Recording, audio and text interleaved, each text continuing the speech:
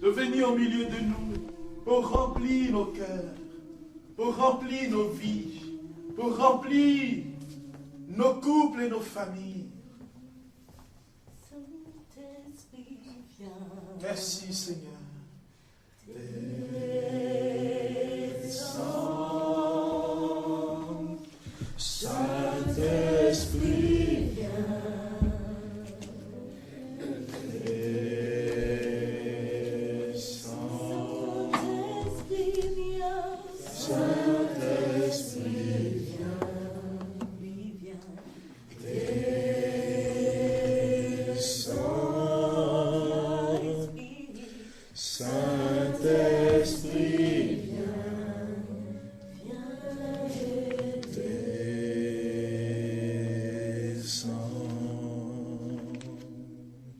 Tu as été promis,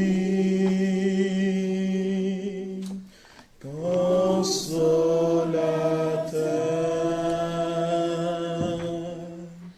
Tu as été promis, ô Seigneur. Tu as été promis.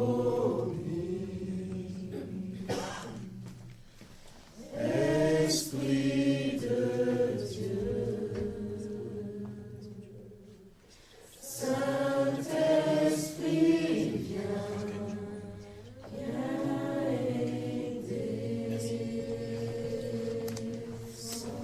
Tu as été promis, tu as été promis, t'es promis,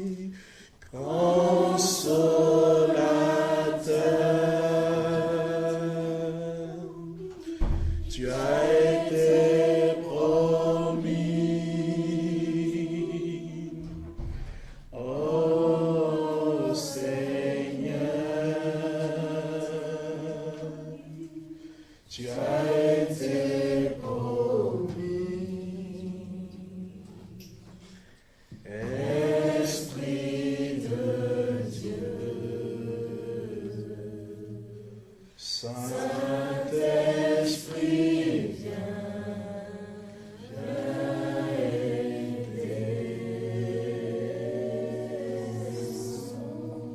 nous allons élever la voix vers l'Esprit Saint et tu vas prier pour lui demander de prendre le contrôle de notre retraite, de prendre le contrôle de ton cœur, prendre le contrôle de tes pensées, prendre le contrôle de ce que tu es en train de vivre pour que tu expérimentes la faveur et la grâce du Seigneur.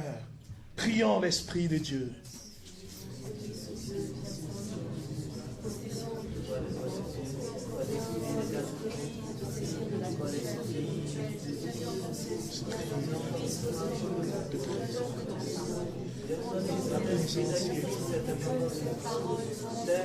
Oh, ta présence qui vivifie, ta présence qui rassure, ta présence qui délivre, ta présence qui fait du bien. Donne-nous la grâce d'écouter ta parole. Seigneur, nous avons besoin de toi ce soir. Ouvre-nous, Seigneur. Ouvre nos cœurs. Ouvre nos lèvres, Seigneur. Notre intelligence. Au mystère de l'Écriture. T'adorons, Seigneur.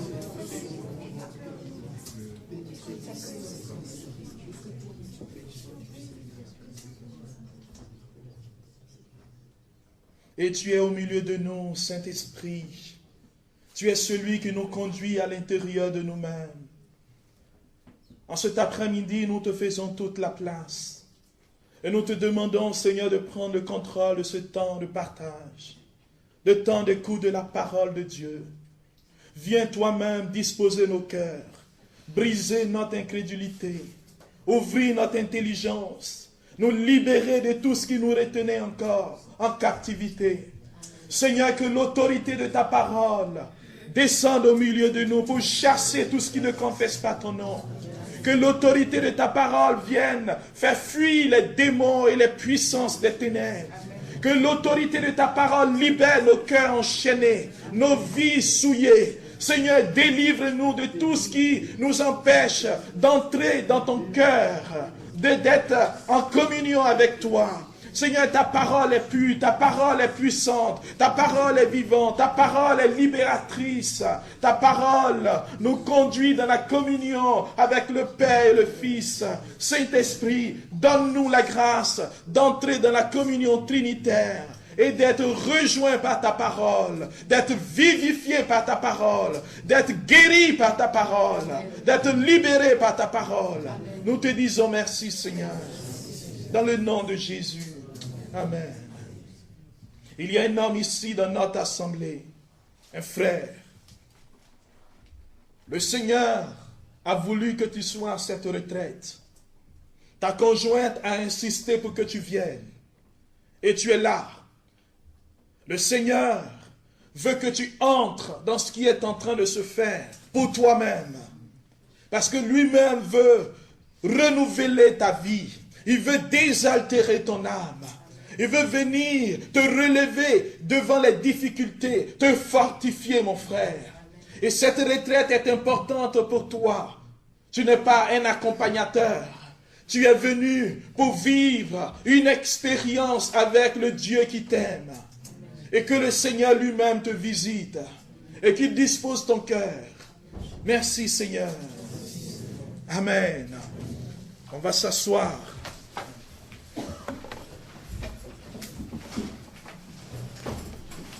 On va faire l'effort.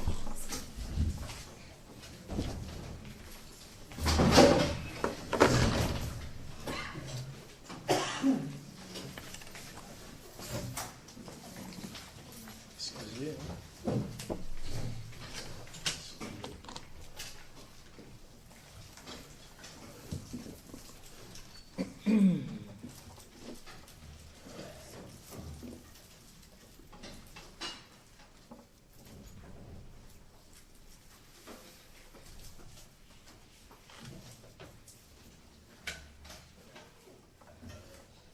Alors ce matin, frères et sœurs, nous avons vu comment le corps de l'homme, Dieu a donné un corps, non pas pour nous entraîner dans le mal, un corps pour que nous puissions être en communion avec lui.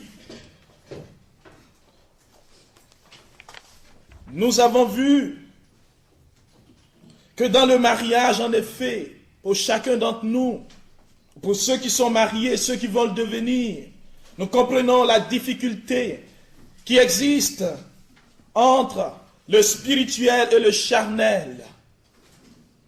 Ce qui fait que dans l'histoire de l'Église, quand je dis l'histoire de l'Église, je parle de vous et de moi, nous sommes dans cette histoire. Je ne parle pas de choses en dehors de nous. Nous avons souvent pensé que le corps était un ennemi. Mais en réalité, le corps, il est fait pour la gloire de Dieu. Il est fait pour adorer le Seigneur. Et c'est cela, ce que nous voyons dans la liturgie, ou même quand nous sommes à la chapelle, dans ce beau lieu de prière, nous voyons comment toutes les dispositions du corps nous entraînent dans le cœur à cœur avec Dieu. C'est pour cela que le Christ nous dit en Marc chapitre 7, versets 18 et 23, du dedans du cœur de l'homme sortent les intentions mauvaises. Et nous avons dit ce matin que le vrai équilibre dont l'homme a besoin, c'est d'être réconcilié avec son corps, d'être guéri en lui-même, au lieu de l'accuser, de se laisser abuser. Il doit avoir comme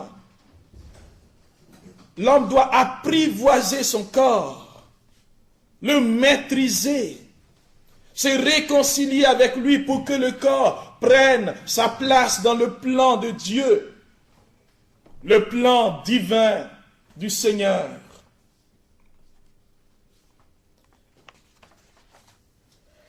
Nous avons vu alors que les clés de la compréhension de notre corps nous entraînent dans la lumière divine pour que l'homme ne se rejette plus, mais qu'il soit lui-même restauré par le Christ dans sa dignité d'être humain. Il ne peut pas avoir de spiritualité conjugale sans une intelligence en profondeur de la nature du corps et du plan divin d'amour de Dieu sur le corps. Jean-Paul II disait que le corps humain est sommet de la création divine. Le corps humain, il est le sommet de la création divine. Et c'est là sa dignité, sa vocation, la raison de sa splendeur. Quand nous avons médité ce matin le livre de la Genèse, nous avons vu, quand Dieu il a créé l'homme, il a vu que c'était très bon. Très bon. L'homme qui a été fait à l'image de Dieu, Dieu voit que l'homme à son image, c'est une très bonne chose.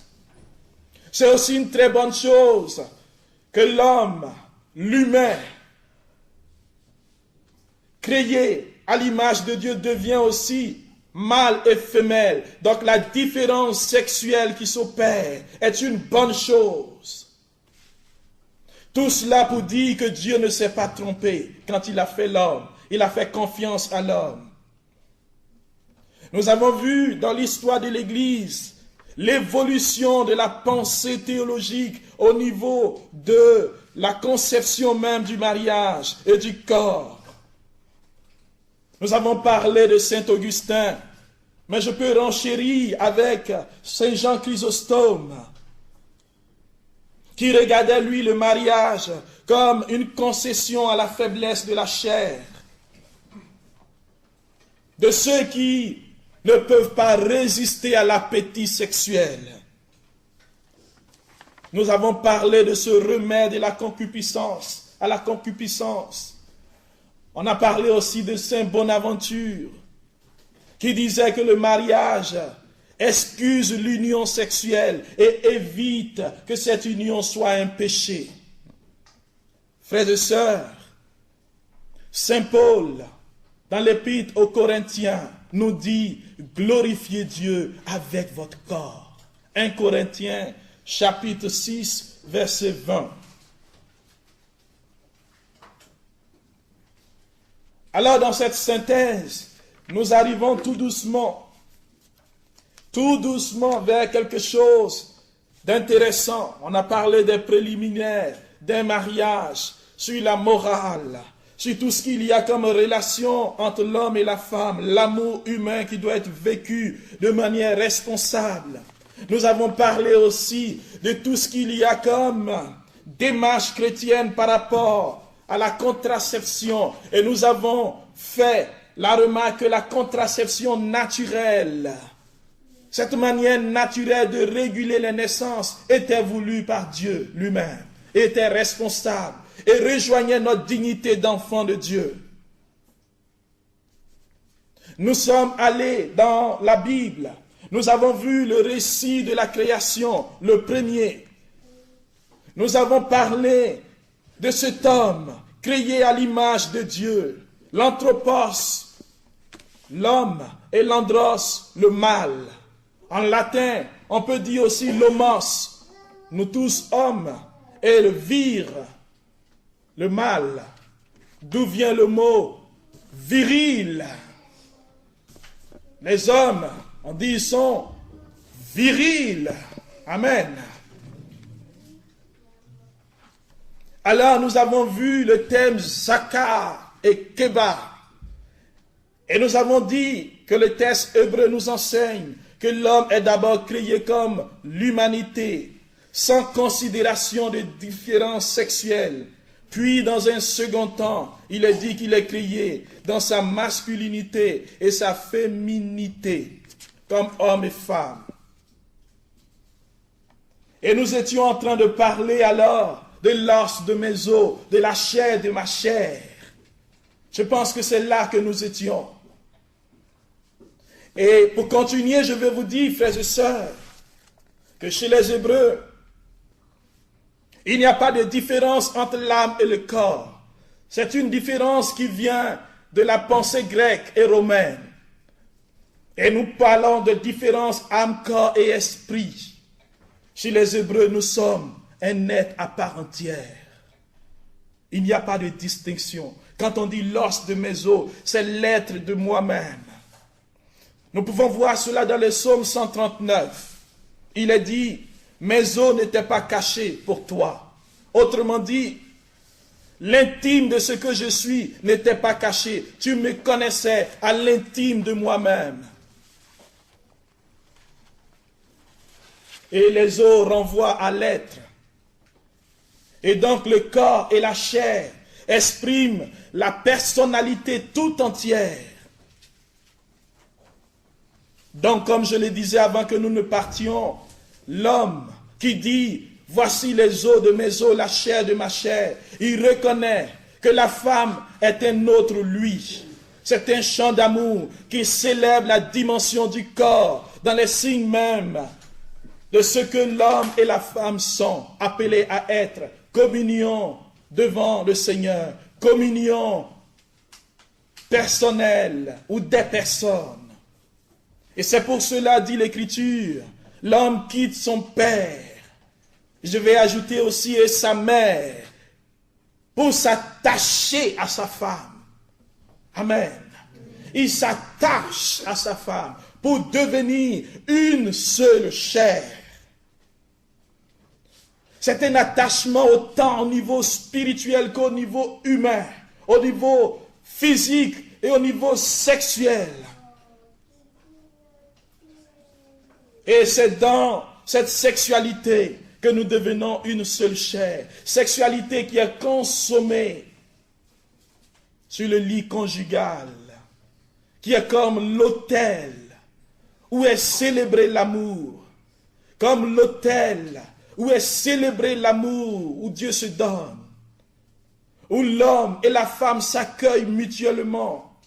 Il y a quelqu'un qui faisait cette analogie entre l'Eucharistie, où sur l'autel Jésus se donne, et le lit conjugal, où sur cet autel, autre autel, l'homme et la femme se donnent dans le Seigneur, mutuellement, dans l'adoration et la célébration. C'est pour dire qu'on ne va pas dans l'acte sexuel n'importe comment, comme on le disait ce matin. Nous sommes en train de toucher à quelque chose de divin. L'autre est un mystère qui s'ouvre à moi et qui devient moi et je deviens lui. Et je suis saisi par l'autre et je me laisse saisir et je deviens l'autre et l'autre devient moi. Et nous devenons une seule chair. Quelle merveille! Amen. J'espère que vous êtes là. Très bien. Et donc l'homme et la femme sont appelés à une communion. Communion dans l'église, communion dans le foyer, une communion dans le Seigneur. L'homme révèle sa femme en se donnant à elle. La femme révèle l'homme en acceptant le don de son époux et en le lui restituant. Comme dans la Trinité, nous l'avons dit ce matin, le Père donne son amour au Fils et le Fils reçoit tout l'amour du Père. Cette relation nous rend ou nous donne d'être icône de la Trinité. Le Fils est tout l'amour reçu et rendu au Père. Et la fécondité de cet échange, c'est l'Esprit Saint. Et dans ce temps, après ce temps pascal, ou dans ce temps pascal, nous sommes en train de faire cette montée vers la Pentecôte, où pendant 50 jours, l'Église est en train de célébrer la résurrection du Christ et en même temps de se préparer à accueillir l'Esprit Saint qui vient féconder la vie de l'Église. L'Église est l'épouse et le Christ est l'époux. Et ainsi, l'épouse est soumise à l'époux, et l'époux aime l'épouse, comme l'homme qui doit aimer son épouse, et l'épouse qui doit être soumise à son homme. Pas une soumission de domination, mais tous faits dans l'amour, dans l'abandon, dans, j'allais dire, une livraison totale. Et nous avons dit aussi que l'homme et la femme, ils étaient nus. Mais dans cette nudité, comme dit le livre de la Genèse, le chapitre 2, le verset 25, il est dit, tous deux étaient nus, l'homme et sa femme, sans se faire mutuellement honte. Ils n'avaient pas honte. Frère, cette nudité n'est pas seulement une nudité corporelle, parce qu'on n'en sait rien. Était-il nu corporellement, physiquement, je veux dire, peut-être ou peut-être pas. Mais peut-être, disons peut-être, pour ne pas vous choquer. Mais la nudité qui fait que nous n'avons pas honte mutuellement, c'était l'état de confiance qui existait entre l'homme et la femme. Ils étaient transparents l'un à l'autre. Ils étaient nus l'un avec l'autre. Ils partageaient leurs sentiments. Il y avait une communication tellement pure que rien ne cachait l'autre. L'autre était un livre ouvert pour sa femme, qui lisait et qui comprenait les sentiments. Rien n'était caché. Ils n'avaient donc pas honte. Ils étaient nus l'un envers l'autre. L'une et l'autre étaient nus. Je pense que cette nudité qui fait qu'on n'est pas gêné. Il y a même des couples où les gens sont gênés d'être nus l'un envers l'autre. Pourquoi? Parce qu'on est blessé par son corps. L'autre, quand il te regarde, tu dois être un livre ouvert. Est-ce que souvent, nous sommes vraiment nus l'un envers l'autre? Cette nudité qui fait que l'autre, il sait ce que je pense. Quand il me regarde, il dit, mon mari ne va pas bien. Quand elle me regarde, elle dit, il y a quelque chose qui angoisse mon époux. Cela transcende l'ordre de la psychologie. C'est les deux cœurs qui s'expriment. C'est un mouvement d'amour qui fait que nous sommes dans une relation de nudité réciproque. Nous n'avons plus honte des imperfections de notre corps. Mais il y a comme un dévoilement de l'amour. Comme Jésus quand il était nu sur le bois de la croix. Il y a eu un dévoilement de son amour et le rideau du temple s'est fendu de haut en bas. Dieu est accessible. Il se laisse toucher. Il n'y a plus de cachette. Dieu est nu pour nous, pour que nous puissions entrer dans cette transparence. Amen. Alors, le corps qui a besoin d'être vêtu, il est nu parce qu'à l'intérieur, il y a une sincérité, une vérité. Cette nudité, frères et sœurs, quand elle n'est pas bien vécue, qu'est-ce qui va se passer? Il va avoir une honte. Il y a honte parce que l'homme, il utilise la femme comme un objet, ou la femme utilise l'homme comme un objet. Au lieu qu'il y ait transparence, il y a cachette, il y a mensonge, il y a tromperie, il y a toutes sortes de cachotteries. Et du coup, on n'est plus nus l'un envers l'autre. On devient étranger, on devient méfiant. C'est cela qui va se produire en Genèse, le chapitre 3. À partir du verset 6.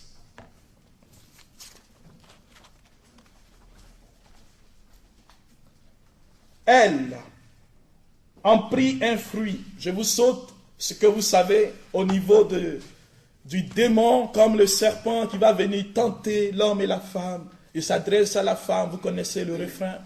Et il va lui dire, est-ce que Dieu t'a dit de ne pas manger, vous a dit de ne pas manger les arbres du jardin et tout ça. Et on en arrive au fait que la femme vit que l'arbre était bon à manger, séduisant à regarder, précieux pour agir avec clairvoyance. Elle en prit un fruit dont elle mangea. Elle en donna aussi à son mari qui était avec elle, et il en mangea.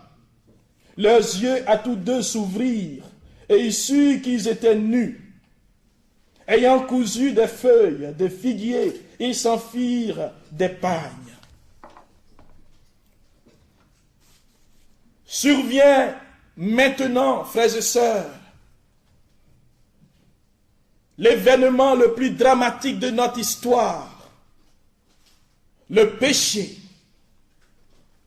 Le péché est la chose la plus grave qui soit arrivée à l'homme, dans cette amitié avec Dieu, dans cette alliance d'amour, dans cette alliance entre l'homme et la femme, qui célèbre au quotidien le Seigneur, le Créateur, l'El Shaddai, le commencement et la fin. Survient ici une rupture radicale.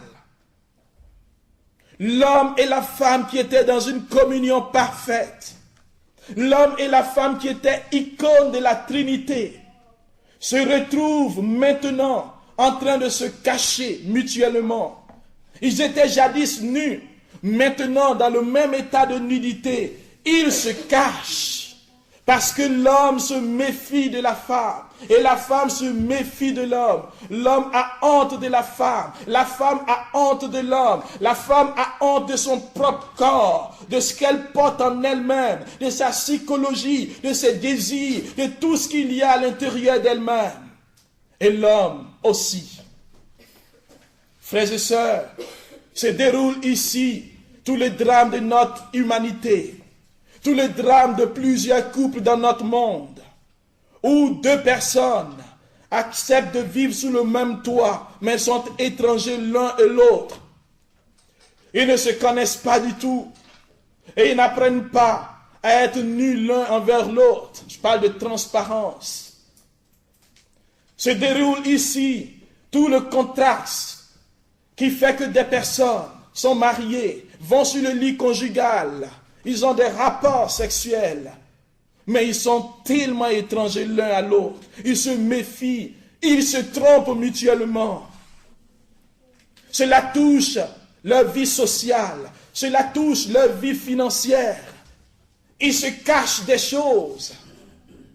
Frères et sœurs, ce péché va venir entraîner un déséquilibre monstre. L'homme et la femme vont devenir des adversaires. La belle nudité qui permettait à l'homme et à la femme de communier est rompue. Il n'y a plus de communion. Alors, l'homme va vouloir dominer la femme. On va voir cela tantôt quand Dieu va en parler. La femme, dans sa séduction, dit le Seigneur, tu seras poussé dans ton désir à aller vers ton homme et il dominera sur toi.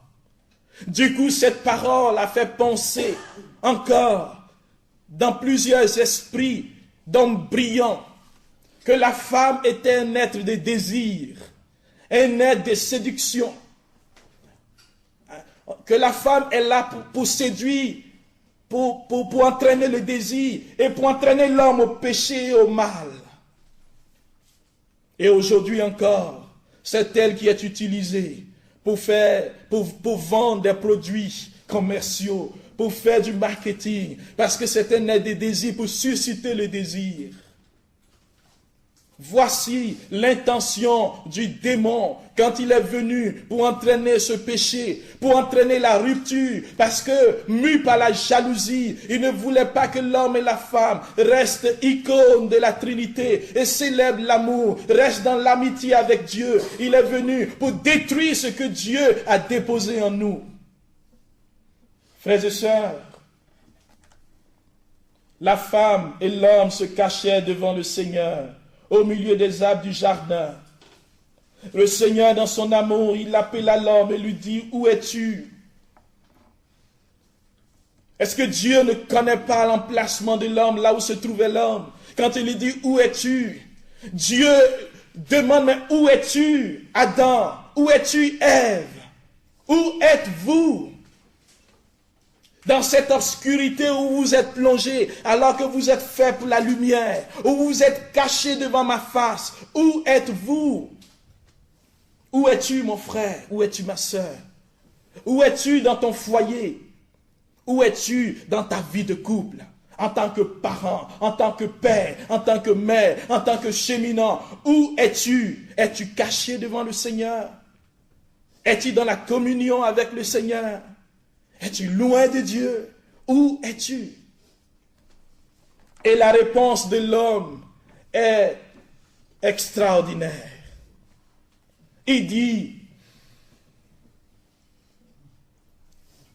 j'ai entendu ta voix. J'ai pris peur. On a peur de Dieu. Et je me suis rendu compte que j'étais nu. Et je me suis caché. J'ai pris peur. Prise de conscience de sa nudité. Plus la même nudité, c'est-à-dire, c'est tout ce péché, tout ce mal qui est en lui, qui se dévoile devant le Seigneur.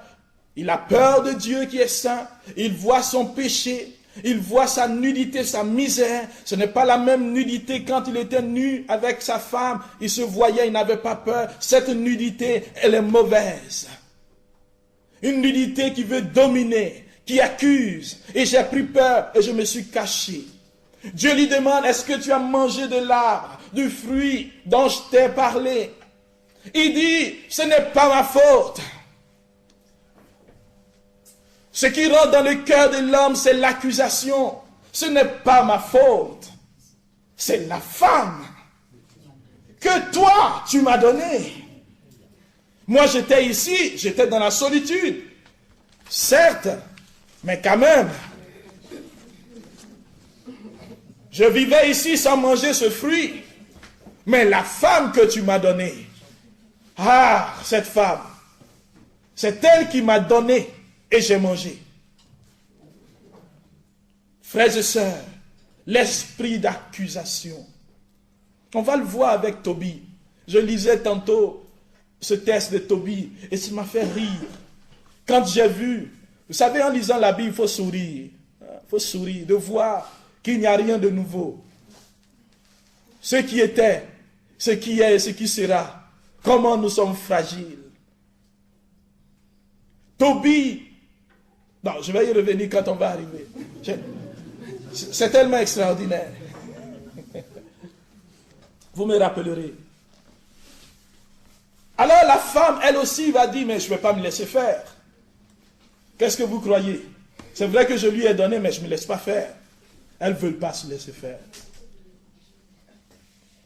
C'est le serpent que toi tu as créé. Il faut que je trouve bien quelque chose à dire. Dans ce foyer, il va m'accuser tout le temps, il faut quand même que je réagisse. C'est le serpent. C'est pas ma faute. Alors ne viens pas me reprocher des choses ce matin. Je me suis levé, je suis tranquille là, ne me provoque pas. C'est le serpent qui a fait cela. Ça n'arrive pas dans votre foyer, ça. Souvent, ça passe par une petite... Je vous donne un exemple. J'étais avec mon épouse. Elle est allée visiter un couple et elle est arrivée. Donc moi, j'ai passé 2 jours dans la solitude en train de louer mon Dieu. Et elle arrive. Et donc on était là, il y avait la cuisinière. Donc il y avait une question de ménage, je pense. Et puis j'ai dit, ah chérie, ici là, tu n'as pas encore nettoyé. Hein? Yeah. Mais je viens d'arriver, toi tu es en train de me dire que... J'ai dit, doucement. Je posais une simple question. Comment souvent une simple question, une simple phrase peut déclencher un volcan dans le foyer? Et quand l'homme aussi dit, ah non, et tant ne crie pas, attends. Et alors, les vibrations, ça monte. Et après, on se rend compte que c'est parti d'une petite histoire. Ça ne vous arrive pas les coups? Mais c'est ça ce qui s'est passé avec Adam et Ève. Il a commencé à avoir des chicanes dans le couple. Il a commencé à avoir des disputes. L'homme et la femme, ils se regardent, ils disent, voilà, donc toi, tu... Ah non, non, non, ça ne marche pas. Et quand l'homme vient, souvent il vient du travail. Les deux, vous travaillez, vous arrivez. Ils sont fatigués, mais souvent l'homme, il se détend. Est-ce que je peux avoir un peu d'eau? Puis la femme dit, ça ne va pas chez toi? On vient d'arriver ensemble, c'est à moi que tu demandes de l'eau. C'est le début. Imaginez la suite. Frères et sœurs, nous sommes tellement fragiles. Et ça se passe dans tous les foyers. Montrez-moi un foyer où il n'y a pas ce problème. Adam et Ève l'ont vécu. Tu le vis, je le vis, et nous le vivrons. Au fur et à mesure que nous invoquons l'Esprit, il va nous aider à rectifier le tir. C'est pour cela qu'aujourd'hui, on va se demander pardon les couples qui sont là. Parce que vous vous êtes blessés. Peut-être tu peux dire dans ma tête, non, on ne s'est jamais blessé nous autres. De l'autre côté, elle est en train de dire, j'espère qu'il n'a pas oublié.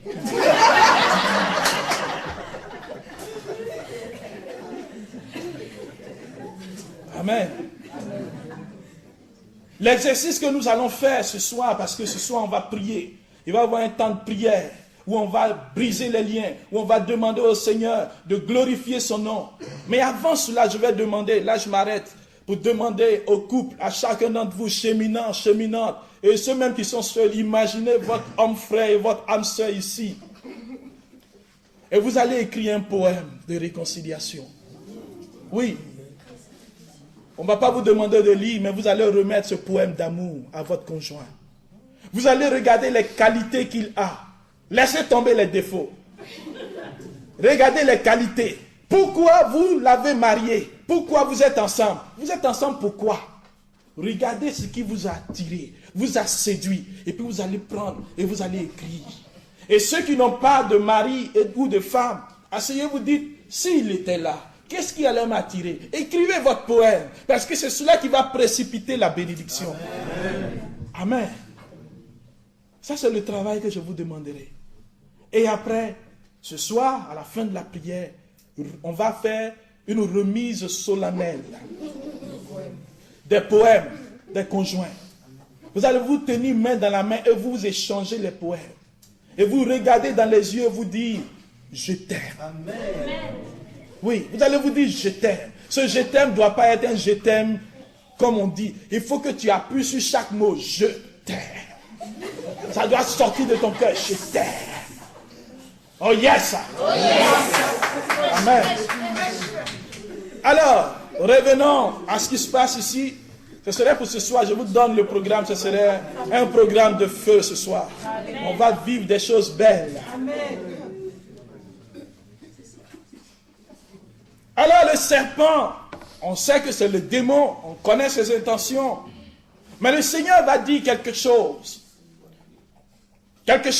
d'extraordinaire. Alors que c'est l'homme qui a été créé dans l'un des récits, le premier, et la femme est venue après, donc la côte, donc l'aide.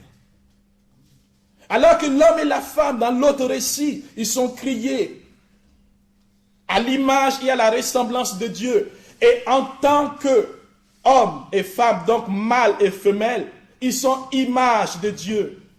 Et j'ai dit qu'il y a image de Dieu parce qu'ils sont hommes et femmes ensemble. Et c'est hommes et femmes qui remplissent cette vocation. Mais alors qu'ils sont tous deux, Dieu va confier une mission seulement, ne soyez pas jaloux les hommes, à la femme. Regardez dans votre Bible. Le chapitre 15, Genèse 3, 15. Il va parler au serpent, il va ramper. On n'a pas besoin de lui, il va ramper, il rampera encore ce soir. Amen. Je mettrai l'hostilité entre toi et la femme. Il parle au démon. C'est Dieu qui parle. Entre ta descendance et sa descendance. Point. La phrase suivante dit, celle-ci, donc la descendance de la femme, te meurtrira la tête et toi, tu la meurtriras au talon. Je ne sais pas si vous sentez la révélation. Ce texte a été attribué à la nouvelle Ève, qui nous fait entrer dans l'alliance nouvelle. Et vous la connaissez, c'est celle que j'aime. J'aime beaucoup, la Vierge Marie. Il y a hostilité entre elle et le démon. Mais Dieu parle ici à Ève. Ève qui vient de tomber dans le péché. Dieu lui donne une mission d'être adversaire de manière constante, et j'allais dire éternellement, du démon. Opposition radicale, donc hostilité, combat entre elle et l'esprit mauvais. Elle va écraser la tête de ce serpent mauvais, cet antique serpent, ce séducteur du monde. Et quand on écrase la tête, c'est la mort, c'est la défaite, c'est la déchéance. Et lui, tout ce qu'il a à faire, tout ce qu'il peut même faire, ce n'est même pas de monter à la cheville, ce n'est même pas de toucher la cuisse, ce n'est pas de venir toucher le bras, ni la tête, ni le cœur. Son petit venin touchera seulement le talon. Amen. Seulement le talon. Tu as raison, mon frère. C'est seulement le talon. Et ce talon, mon frère et ma soeur, quand tu atteins seulement le talon de la femme, alors qu'elle, elle t'a déjà écrasé la tête. Voyez bien ici, elle... Attendez, je vais retrouver. Celle-ci te meurtrira la tête, virgule. Donc on peut dire, donc il y a d'abord, il faut que la femme écrase, la descendance de la femme écrase la tête du serpent. Mais quand on a écrasé ta tête, comment tu peux atteindre le talon?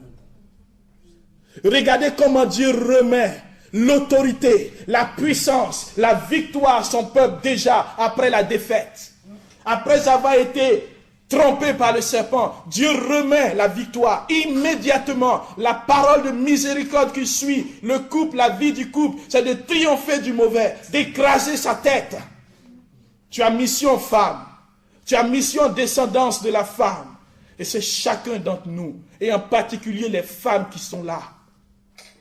On dit votre descendance. Et quand on dit la descendance de la femme, ça veut dire les hommes et les femmes. Amen. C'est pour cela que le ministère femme, c'est extraordinaire. Parce que c'est un ministère qui rentre dans cette mission. Et toi, ça doit être votre emblème. Celle-ci t'écrasera la tête. Mais si on a écrasé ta tête, serpent, tu ne peux même pas atteindre le talon. Et quand Dieu va dire à la femme que tu vas souffrir, tu vas participer à la souffrance de l'enfantement. Parce que moi, Dieu, j'enfante continuellement l'humanité. Et l'humanité me trahit. Je suis en souffrance. Et tu vas participer à l'enfantement. Souvent, on l'a seulement regardé. Je bénis le Seigneur pour les femmes enceintes ici, pour les difficultés au niveau de la grossesse, de l'enfantement. Mais dans cette mission prophétique, il y a un enfantement spirituel. La femme va gémir quand l'enfantement spirituel s'opère, parce qu'il va avoir comme un souffle de Dieu qui va passer. Des âmes vont venir à la vie. La femme va participer à la célébration de la miséricorde de Dieu. Dans son foyer, quand elle va éduquer son enfant, elle va enfanter cet enfant dans la douleur. Cet enfant va connaître une croissance spirituelle. Un homme rempli de la gloire de Dieu. Son mari, avec l'enfantement de sa femme, va se sentir béni. Quand il va au travail, il dit oui, j'ai une femme. Amen. Amen. Parce qu'elle prie pour lui. Parce qu'elle est solide. Parce qu'elle est un roc sur lequel il peut s'appuyer.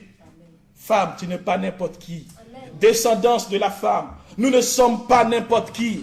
Nous avons une mission, c'est de détruire l'œuvre des ténèbres. Amen. Et je laisse le reste parce que le soir, ce sera ce soir. Amen. Il va avoir donc la honte. L'homme et la femme. Il va avoir la domination. Et toi, tu domineras sur lui. Ah, l'homme qui doit dominer.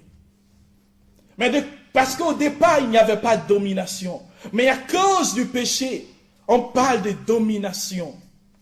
Mais ce n'est pas ce qui est au départ. Et dans l'histoire de l'humanité, on va voir comment dans plusieurs peuples, les hommes vont dominer les femmes. Certains en lisant cela vont dire c'est Dieu qui l'a dit. Mais en réalité, c'est une conséquence du péché. Il ne faut pas vivre dans les conséquences du péché. Il faut revenir à l'origine.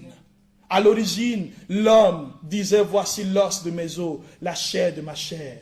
Et c'est pour cela que l'Église prône l'égalité des sexes, hommes et femmes. Amen. Et je vous disais, quand Paul dit, femmes, soyez soumises à vos maris, on ne parle pas de domination. Ce n'est pas une soumission dominatrice. C'est une soumission dans l'amour, mais demain on va mieux en parler. Parce que je veux prendre un chapitre pour bien développer cela. Au Canada, une fois, pendant que les gens étaient arrivés à ce test de l'Épître aux Éphésiens, le chapitre 5, c'était la deuxième lecture. Les gens ont changé le test. Parce qu'ils ont dit, c'est pas possible. Femmes, soyez soumises à vos maris, jamais de la vie. Comment ça? Pourquoi on va être soumis? Nous, on est des émancipés, des femmes libres, des femmes de la nouvelle génération. Nous sommes en 2012 quand même. Ça, c'est avant. Parce qu'on n'a pas compris. Et aujourd'hui, les gens disent, oui, moi je vais travailler comme lui. On aura le même droit. Il faut qu'on ait le même droit. Parce que la domination de l'homme a laissé des traces dans le cœur des gens. Mais il faut bien comprendre, la soumission non pas la parole de Dieu. Et pourquoi Dieu dit que la femme viendra avec son désir? Parce que si tu viens avec ton désir, le désir de posséder, le désir de manipuler, l'homme aussi, il va réagir pour dominer sur toi. Amen. Quand Dieu a dit à l'homme, qu'est-ce que tu as fait? Il a dit, c'est la femme. On a demandé à la femme, elle a dit le serpent. Mais maintenant, le serpent, il est condamné. On le connaît. Alors désormais, c'est l'homme que tu m'as donné aussi. Tu m'as créé, tu m'as mis à ses côtés. Du coup, il y a un conflit qui rentre entre l'homme et la femme. Au lieu tous deux de se tourner vers le serpent. La femme avait dit c'était le serpent. Maintenant, elle dit c'est l'homme. Elle tourne son regard vers l'homme. Ton désir te tournera vers ton mari. Et lui dominera sur toi. Je ne sais pas si vous voyez le déplacement. Est-ce que vous me comprenez? Très bien. Alors, nous allons aller un peu au Cantique des Cantiques. Si dans votre vie de couple et d'amoureux, vous n'avez jamais lu le Cantique des Cantiques, vraiment, aujourd'hui, il faut vous rattraper. Amen. Cantique des Cantiques, le chapitre 2. À partir du verset 8. Je me rappelle avant, quand on faisait des choses pas correctes et qu'on voulait dominer notre domination masculine, ou notre nudité s'exprimait, où on se cachait, on prenait ce texte. Et on le récitait comme un poème. Et quand la jeune fille nous voyait en train de réciter cela, elle dit, oh, il m'aime. La femme parle, elle dit, j'entends mon chéri. Mon chéri. Hein? Voici l'affection commence.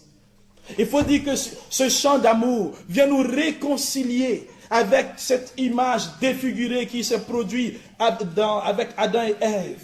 Nous sommes en train d'aller dans une guérison de l'amour. Donc la femme qui représente chacun d'entre nous l'âme, et l'homme, ici l'époux, qui représente Dieu, qui veut faire alliance avec nous, une alliance d'amour, une alliance où il nous relève, et il célèbre l'amour avec nous. La femme dit, j'entends mon chéri, le voici, il vient, sautant par-dessus les monts, bondissant par-dessus les collines. Mon chéri est comparable à une gazelle.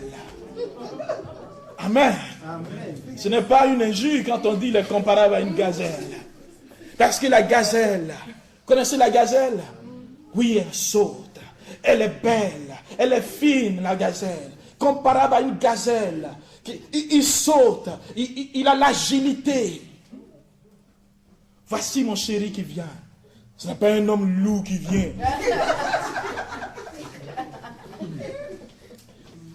Et le chéri va dire, debout, toi ma compagne, ma belle. Et au verset 14, il dit, ma colombe, au creux d'un rocher, au plus caché d'une falaise, fais-moi voir ton visage, fais-moi entendre ta voix, car ta voix est agréable et ton visage est joli. Oh yes. Est-ce que vous dites des choses comme ça à votre amoureux? Fais-moi entendre ta voix, montre-moi ton visage. On dit, oh, ça, il y a longtemps, j'ai dit ça, on se connaît depuis. Et regardez la réponse de la femme. Elle dit, mon chéri, le verset 16, mon chéri est à moi et je suis à lui. Seigneur, merci pour ton amour. Mon chéri est à moi et je suis à lui.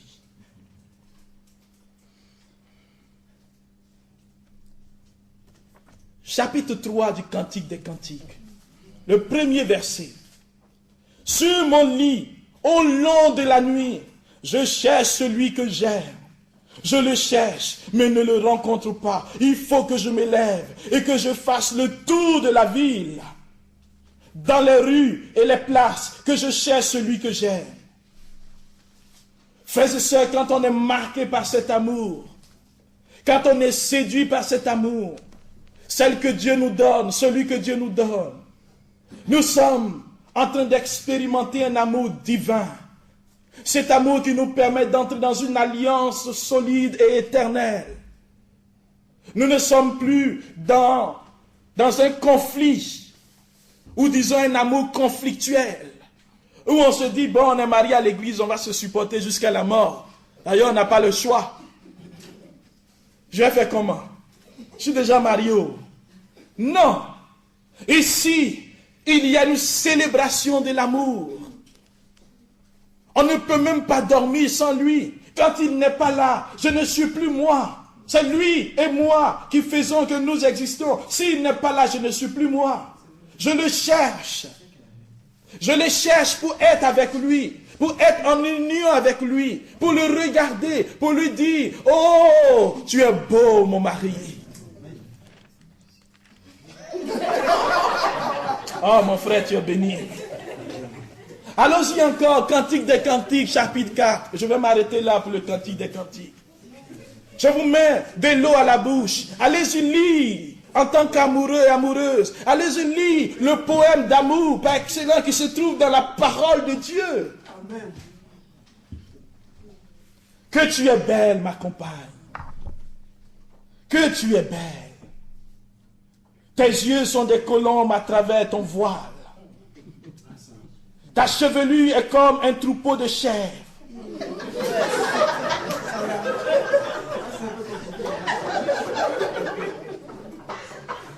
C'est la parole de Dieu.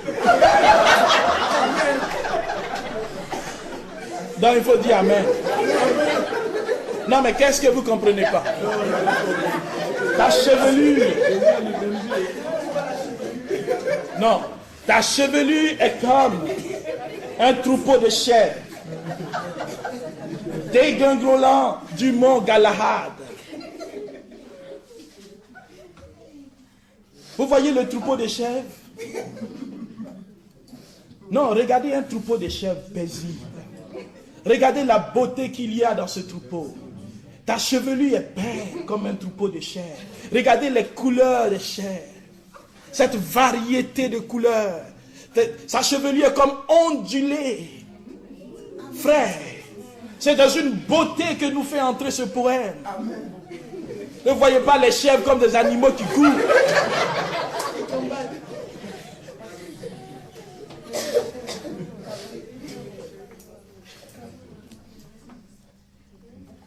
Le verset 3 dit, comme un ruban écarlate sont tes lèvres. Au verset, ça c'est le verset 3, le verset 4 dit, comme la tour de David est ton cou, bâti pour des trophées. C'est la parole de Dieu, je n'invente rien. On est dans le cantique des cantiques.